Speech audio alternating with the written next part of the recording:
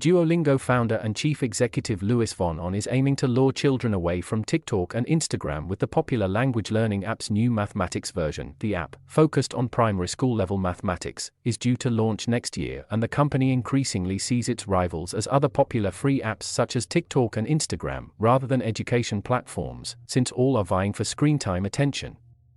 To build physical schools around the world would cost billions. With smartphones, we can reach 2/3 of the human population. But the problem with smartphones is they are a double-edged sword. They also come with interruptive things, like TikTok. Parents tell us they think of Duolingo as productive screen time. We could add things that don't have educational value, just to keep people engaged, but we choose not to do that.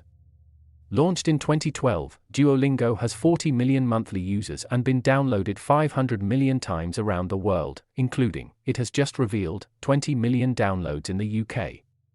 We started with language learning because there was this humongous need around the world to learn English, which can immediately increase your income potential, but we've always wanted to teach other things, Mr. von Ahn says.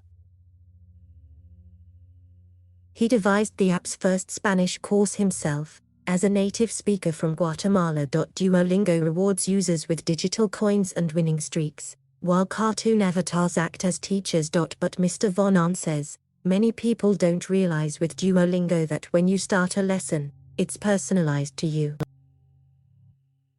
Some of this personalization comes from tracking a user's previous performance, but the app is also continually experimenting on its millions of users, improving its model through crowdsourcing data. Mr. von Ahn's speciality as an academic researcher at Carnegie Mellon University. For example, the general rule is to teach people learning Spanish plurals before the subjunctive tense, Mr. von Ahn says. But when teaching an Italian Portuguese, is it better to teach adjectives before plurals? To answer questions such as these, the app gives one batch of 50,000 new users the course in a different order, to compare their performance with that of those who used the previous method.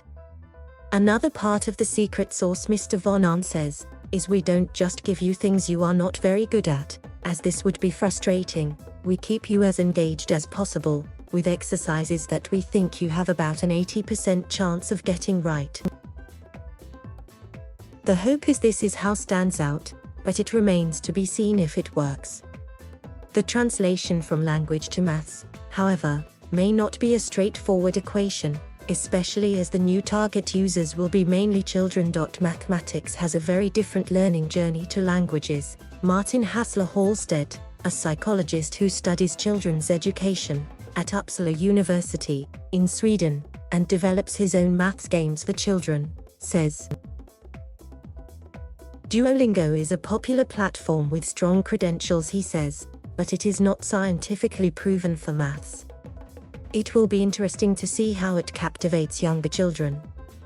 Our research shows that for children, online maths learning has the best outcomes if it is fun, short and embedded in game design.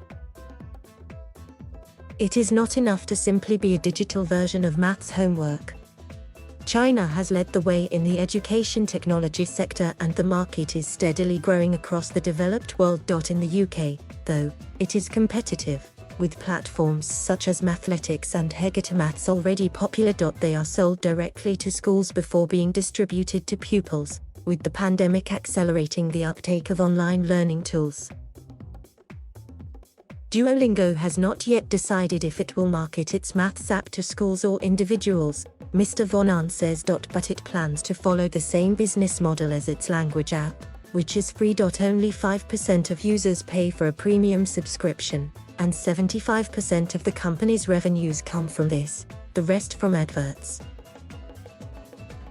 There has been tension from both investors and some colleagues over sticking to this free model, Mr. von Ahn says. But it has helped the app grow, by word of mouth, and it is the key to its long-term future, while also being morally right.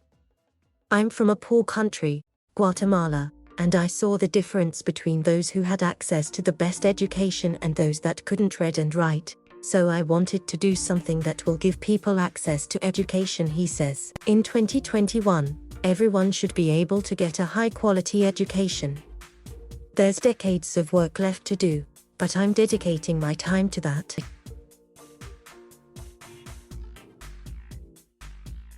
Thank you for watching. Please subscribe